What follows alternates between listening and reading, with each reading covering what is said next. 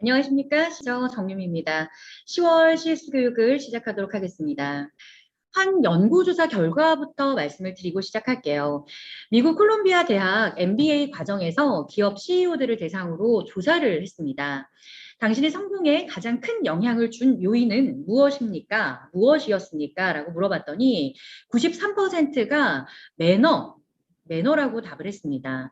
예, 지난달에도 대인관계, 관계관리의 중요성에 대해서 말씀을 드렸는데 이 CEO들도 본인의 성공 요인에 이 대인관계에서의 매너를 꼽았네요. 예, 그만큼 직장 생활에서의 관계 형성, 대인관계란 것은 중요한 거고 이를 잘 유지하기 위해서는 기본적인 매너를 지켜줘야 한다라는 것을 알 수가 있습니다.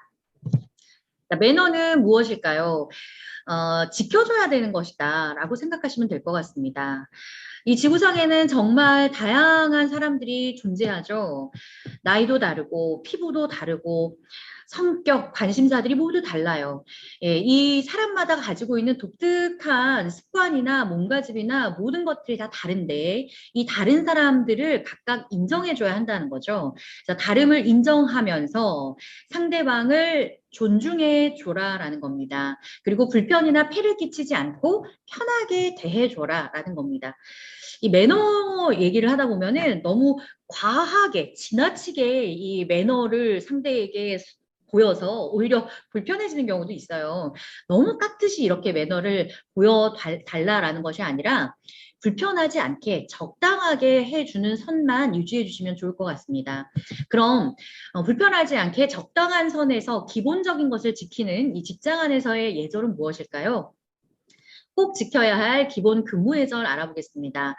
첫 번째, 직원 간의 기본 에티켓 지켜주시면 좋겠고요. 두 번째, 우리가 타인의 물건을 습득하는 경우가 간혹 생깁니다. 우리가 건물 관리를 하다 보면은 고객의 물건 혹은 분실물 같은 것들을 내가 습득하게 되는 경우가 생기는데 이런 경우에는 청렴하게 청렴 근무를 하셔야 합니다. 그것을 내가 취하지 않고 청렴한 자세로 이것들을 상부에 보고할 수 있고 주인을 찾아줄 수 있는 이러한 근무 예절을 지키셔야 해요. 그리고 흡연 문제인데요. 우리는 고객들을 대하는 직원으로서 아무 데서나 흡연을 하시면 안 됩니다. 그리고 대인 관계에서 직장 생활 관계에서 타인의 사생활을 알고 있는데 이런 거를 물어보거나 유포하는 경우가 간혹 있어요. 이런 것들을 하지 않아야 된다라는 걸 말씀을 드리고 싶습니다. 타인의 사생활을 친한 사람들끼리 자꾸 얘기하고 소문내고 막 이러다 보면 뭐 너만 알고 있어 라고 하겠지만 너만 알고 있지 않죠. 이 사람이 또 전달해서 나중에는 끝내는 회사 사람들이 다 알고 있는 경우, 예, 이런 경우도 간혹 있을 수 있어요.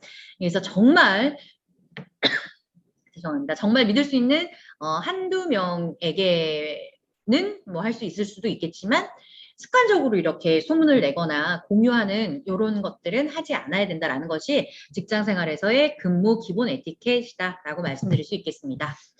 자, 그럼 직원 간의 에티켓 중에서 어쩌면 사소할 수도 있고 어떻게 보면 아주 클 수 있는 호칭 예절도 알아볼게요.